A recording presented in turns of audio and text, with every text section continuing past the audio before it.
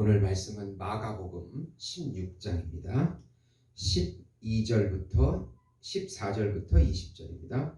그 후에 11 제자가 음식 먹을 때에 예수께서 그들에게 나타나사 그들의 믿음 없는 것과 마음의 완악한 것을 꾸짖으시니 이는 자기가 살아난 것을 본 자들의 말을 믿지 아니함일러라. 또 이르시되 너희는 온 천하에 다니며 만민에게 복음을 전파하라. 믿고 세례를 받는 사람은 구원을 얻을 것이요 믿지 않는 사람은 정죄를 받으리라. 믿는 자에게는 이런 표적이 따르리니 곧 그들이 내 이름으로 귀신을 쫓아내며 새 방언을 말하며 뱀을 집어올리며 무슨 독을 마실지라도 해를 받지 아니하며 병든 사람에게 손을 얹은즉 나으니라 하시니라. 주 예수께서 말씀을 마치신 후에 하늘로 올려지사 하나님 우편에 앉으시니라. 제자들이 나가 두루 전파할세 주께서 함께 역사하사 그 따르는 표적으로 말씀을 확실히 증언하시니라. 아멘. 오늘 말씀은 마가복음의 마지막 장입니다. 예수님의 부활을 증거하는 내용으로 천사와 예수님께서 직접 나타나셔서 부활을 제자들에게 증거하시고 있습니다. 사랑하는 성도 여러분, 복음은 기쁜 소식입니다. 왜 복음이 우리에게 기쁜 소식이 됩니까? 예수님께서 하는 모든 사역을 우리를 위해서 하시는 사역이고 대신 책임져 주시고 대신 감당해 주시고 대신 완성해 주신다는 소식이기 때문에 기쁜 소식입니다.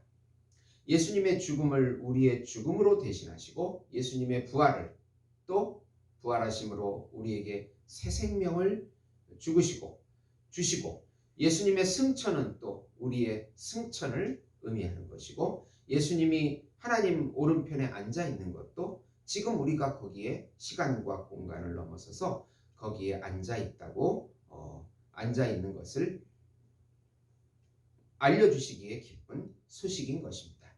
어떤 종교도 어떤 종교 창시자도 그 신자들의 삶을 대신 책임져 주겠다고 하는 창시자도 없고 그 창시자가 죽고 부활했다고 생전에 부활하겠다고 말한 그런 사람도 없었습니다. 이것이 바로 종교와 진리인 기독교의 결정적인 차이인 것입니다.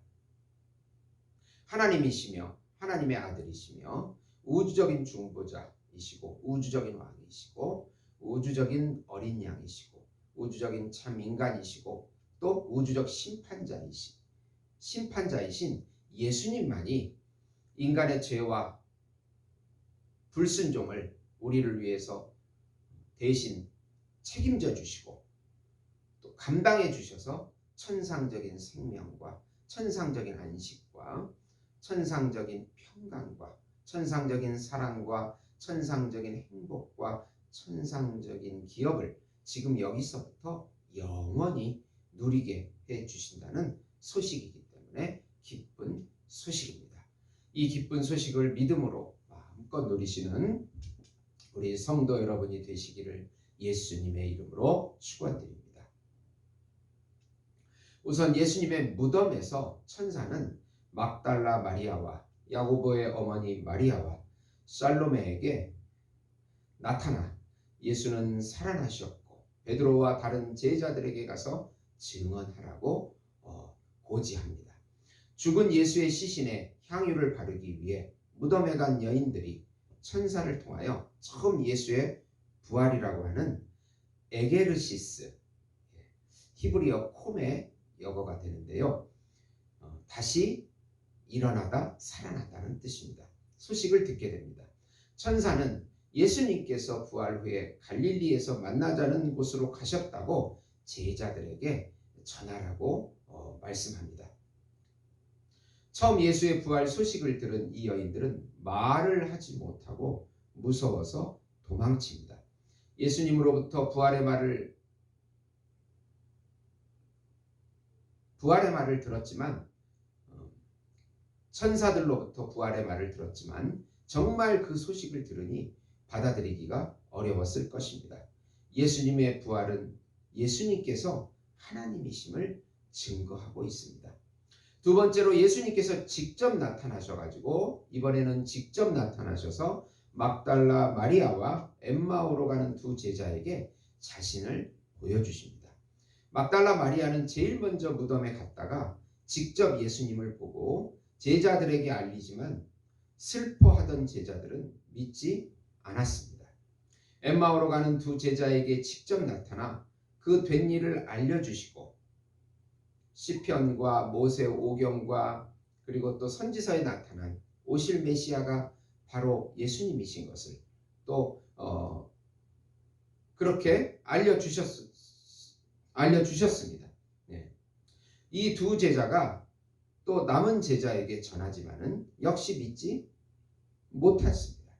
성경은 분명히 제자들조차도 믿지 않았다고 기록합니다. 사람들이 예수의 부활을 제자들이 꾸민 자작극이라고 주장하지만 제자들조차도 성경에서 믿지 않았다고 어떻게 그렇게 정확하게 기록을 해놓을 수 있겠습니까? 사람들은 예수님이 지진설에 의해서 땅속으로 들어갔다. 그리고 또 제자들이 시체를 도둑질해가지고 살아났다고 거짓말했다. 그리고 또 예수님께서 잠시 실신했다가 깨어난 것이다. 뭐 그런 거짓 소설 같은 이야기들을 만들어내서 예수님의 죽음과 부활을 부인하려고 합니다.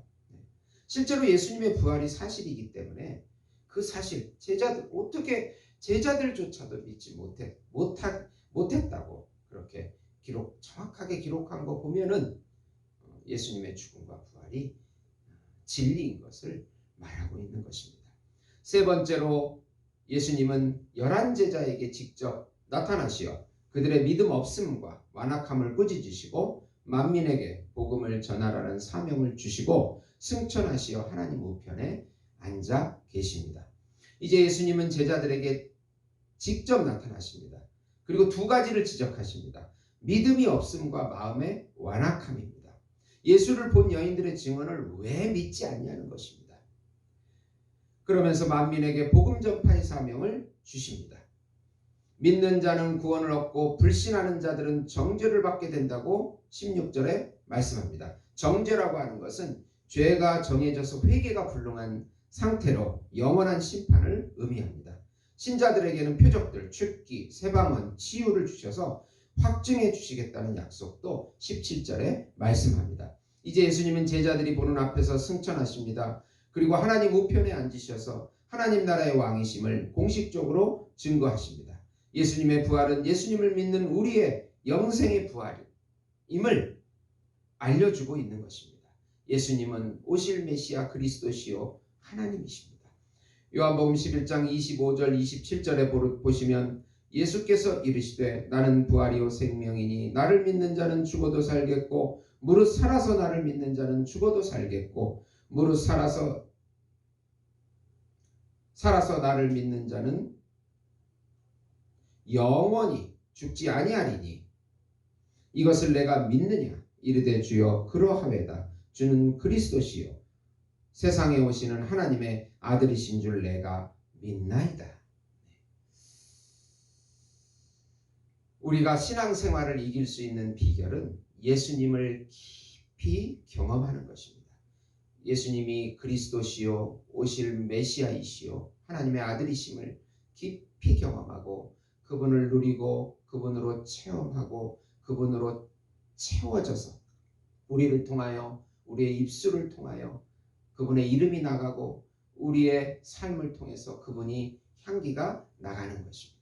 늘 예수님으로 채워지시기를 간구하면서 기도하면서 또 의지하면서 그분의 통치를 받으시는 우리 예수목장교회 성도 여러분이 되시기를 예수님의 이름으로 축원드립니다. 기도하시겠습니다. 하나님 아버지 감사합니다. 예수님은 그리스도시요 하나님의 아들이시요 우리의 구세주이십니다. 우리 안에 오셔서 다스려 주시고 인도해 주시고 동행해 주시고 채워 주셔서 우리를 통해서 열방에 예수의 이름이 전파될 수 있도록 성령으로 충만하게 해 주시옵소서. 예수님의 이름으로 기도드리옵나이다. 아멘.